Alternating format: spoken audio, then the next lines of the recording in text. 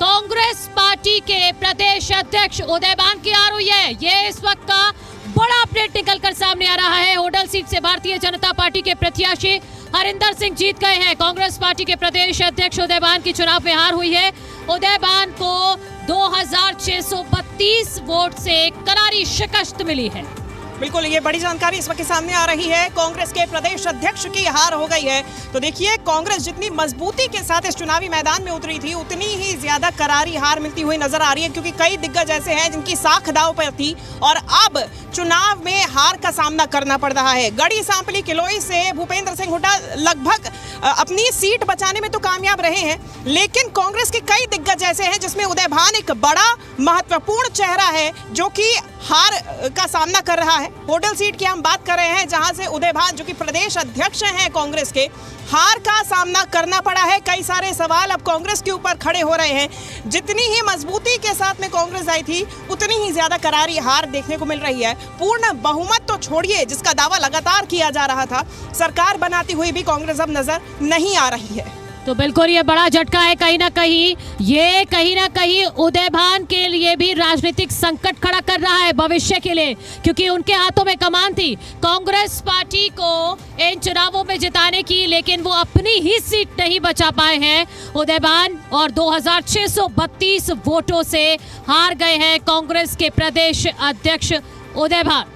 निश्चित रूप से मनु, और देखिए यहाँ पे हम दिग्गजों की बात कर रहे हैं तो दुष्यंत चौटाला का नाम अब जो है वो इससे अब अछूता नहीं रह गया है, क्योंकि दुष्यंत चौटाला थोड़े बहुत अंतर से नहीं, करीबन 40,000 मतों से हारे हैं। जनता ने पूरी तरीके से नकार दिया है दुष्यंत चौटाला को, और जेजेपी के प्रमुख है, पूर्व सीएम रहे हैं, यहाँ पे डिप्टी सीएम रहे हैं दुष्यंत चौटाला, और अब इस सीट से उन्हें हार मिली है। उचाना कला में अपनी साख नहीं बचा पाए हैं, तो जेजेपी कहीं भी ना तो किंग मेकर के रूप में सामने आएगी, ये तो चीज स्पष्ट हो गई है, और जेजेपी को पूरी तरीके से नकार दिया है, ये भी स्पष्ट नजर आ रहा है। तो बीजेपी प्रत्याशी की जीत हुई है। कांग्रेस प्रत्याशी देवेंद्र सिंह को 39 वोटों से हराया है। दुष्यंत चौटाला 40,000 के करीब वोटों से हारे हैं और छठे स्थान पे रहे उचाना कला सीट पे।